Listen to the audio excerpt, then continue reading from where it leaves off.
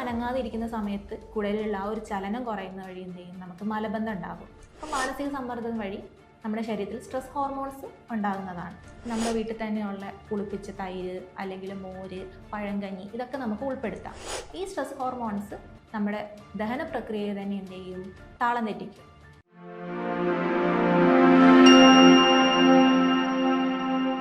Hi, ഞാൻ doctor Swathi K R, Q&B health care താമരശ്ശേരിയിലെ medical ഓഫീസറാണ്. നമ്മളിന്ന് പറയാൻ പോകുന്നത് എന്തൊക്കെ കാരണങ്ങൾ കൊണ്ടാണ് ഈ ഗ്യാസ് ഉണ്ടാകുന്നതെന്നാണ്. ഒന്നാമത്തത്, കുടലിലെ സൂക്ഷ്മജീവികളുടെ അസന്തുലിതാവസ്ഥ വഴി. നമുക്കറിയാം, കുടലിൽ ഒരുപാട് സൂക്ഷ്മജീവികളുണ്ട്, അത് കോടിക്കണക്കിനാണ്. അതിൽ തന്നെ ബാക്ടീരിയ ഉണ്ട്, ഫംഗസ് ഉണ്ട്. ഈ ബാക്ടീരിയാസ് ആക്ച്വലി നമ്മുടെ ശരീരത്തിൽ ദഹനത്തിനാണ് നമ്മളെ സഹായിക്കുന്നത്.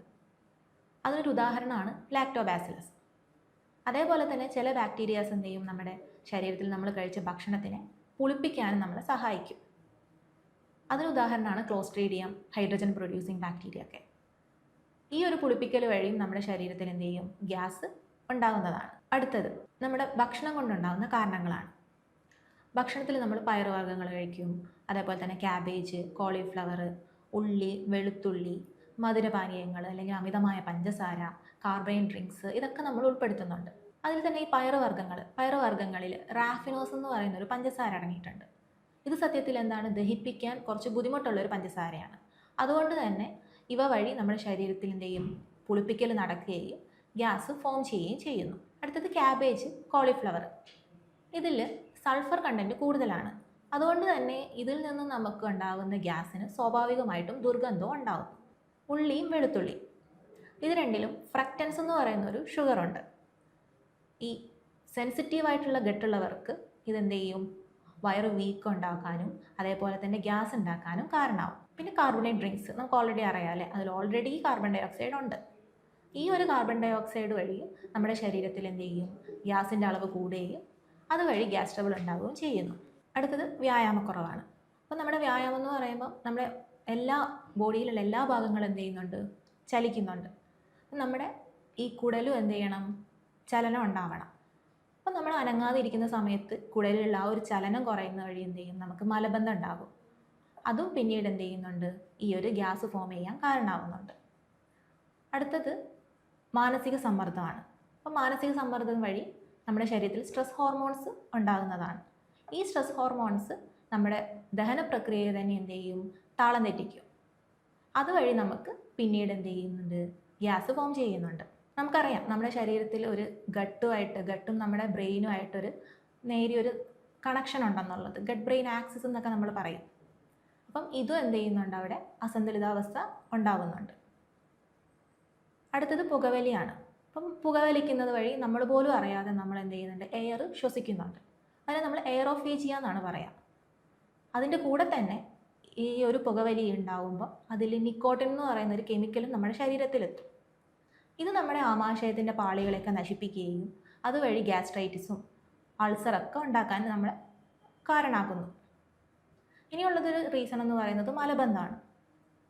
നമ്മുടെ ശരീരത്തിൽ എത്ര നേരം ഈ മലം നിൽക്കുന്നുവോ അത്രയും നേരം നമ്മുടെ ശരീരത്തിൽ ഗ്യാസ് ട്രബിൾ ഉണ്ടാകും. ഇന്ന് നമ്മൾ പറയാൻ പോകുന്നത് ദിവസവും രാവിലെ നമുക്ക് ചെയ്യാൻ പറ്റുന്ന 6 കാര്യങ്ങളെ പറ്റിയാണ്. അതിൽ ഒന്നാമത്തത്, രാവിലെ തന്നെ ഇളം ചൂടുവെള്ളം കുടിക്കുന്നത്. ദിവസവും 1 തൊട്ട് 2 ഗ്ലാസ് വരെ ഇളം ചൂടുവെള്ളം നമ്മൾ വെറും വയറ്റിൽ തന്നെ കുടിക്കുക. അതിൽ വേണമെന്ന് വെച്ചാൽ നമുക്ക് എന്ത് ചെയ്യാം, ചെറുനാരങ്ങ നീരോ അല്ലെങ്കിൽ ഒരു കഷ്ണം ഇഞ്ചിയോ ചേർക്കാവുന്നതാണ്. അതുവഴി നമ്മുടെ ദഹന പ്രക്രിയയെ നന്നാവുകയും മലബന്ധം കുറയുകയും ചെയ്യും. രണ്ടാമത്തേത് പറയുന്നത് മലവിസർജനം ശീലമാക്കുക എന്നുള്ളതാണ്. നമ്മൾ ഓൾറെഡി പറഞ്ഞ പോലെ തന്നെ മല എത്ര നേരം നമ്മുടെ ശരീരത്തിൽ നിൽക്കുന്നുവോ അതിനനുസരിച്ച് തന്നെ നമുക്ക് ഗ്യാസ് ട്രബിൾ ഉണ്ടാകുന്നതാണ്. മൂന്നാമത്തത് ഡയഫ്രമാറ്റിക് ബ്രീത്തിങ് എന്ന് പറയും. നമ്മൾ ശ്വാസം ഉള്ളോട്ടെടുത്ത് നമ്മുടെ വയറ് പൊങ്ങുന്നത് വരെ നമ്മളത് ശ്രദ്ധിക്കുക. അതിനുശേഷം പയ്യെ ഈ ഒരു ശ്വാസം നമ്മൾ പുറത്തേക്ക് എടുക്കുക. ഇത് നല്ലതാണ് നമ്മൾ പരിശീലിക്കുന്നത്. അതേപോലെ തന്നെ ദിവസവും ഒരു 10 തൊട്ട് 20 മിനിറ്റ് വരെ നടത്തം ശീലിപ്പിക്കുന്നത്. അപ്പം നടക്കാൻ പറ്റണില്ലെങ്കിൽ നമുക്ക് വീട്ടിലിരുന്നുകൊണ്ട് ക്യാറ്റ് ആൻഡ് കൗ പോസോ അല്ലെങ്കിൽ പവനമുക്താസനോ വജ്രാസനമൊക്കെ ചെയ്യാം. ഇതൊക്കെ യോഗകളാണ്. ഇത് നമുക്ക് വീട്ടിൽ നിന്ന് തന്നെ ചെയ്യാവുന്നതാണ്. ഇവ വഴി നമ്മുടെ ശരീരത്തിലുണ്ടാകുന്ന ഈ ഒരു അമിതമായിട്ടുള്ള ഗ്യാസ് നമുക്ക് പുറന്തള്ളാൻ പറ്റും. അടുത്തത്, നമ്മുടെ ഭക്ഷണത്തിൽ നമ്മൾ പ്രോബയോട്ടിക്സിനെ ഉൾപ്പെടുത്തുന്നതാണ്. നമ്മുടെ വീട്ടിൽ തന്നെയുള്ള പുളിപ്പിച്ച തൈര് അല്ലെങ്കിൽ മോര്, പഴങ്കഞ്ഞി ഇതൊക്കെ നമുക്ക് ഉൾപ്പെടുത്താം. ഇവയൊക്കെ എന്ത് ചെയ്യും, നമ്മുടെ ദഹന പ്രക്രിയ നന്നാക്കുന്നതാണ്. അടുത്തെന്ന് പറഞ്ഞാൽ നമ്മൾ ലഘുവായിട്ടുള്ള ഭക്ഷണശീലം. രാവിലെ തന്നെ ദഹിക്കാൻ എളുപ്പമുള്ള ഭക്ഷണങ്ങളായ ഓട്സ്, അതല്ലെങ്കിൽ ഇഡ്ഡലി, പഴം, മുട്ട, ഇവയൊക്കെ നമുക്ക് ഭക്ഷണത്തിൽ ഉൾപ്പെടുത്താം. എപ്പോഴും അളവ് കുറച്ച് മാത്രം കഴിക്കാനും ശ്രദ്ധിക്കാം. അപ്പോൾ ഇതേപോലെ നിങ്ങൾക്കും നിങ്ങളുടെ ജീവിതശൈലികൾ നന്നായിട്ട് മുന്നോട്ട് കൊണ്ടുപോകണമെന്ന് ആഗ്രഹമുണ്ടെങ്കിൽ, ഡോക്ടറെ കൺസൾട്ടേഷൻ ആവശ്യമുണ്ടെങ്കിൽ താഴെ കാണുന്ന നമ്പറിൽ ബന്ധപ്പെടുക. ഇതേപോലെ നിങ്ങൾക്ക് എന്തെങ്കിലും പ്രശ്നങ്ങളുണ്ടെങ്കിൽ ഡോക്ടറായിട്ട് കൺസൾട്ട് ചെയ്യാവുന്നതാണ്.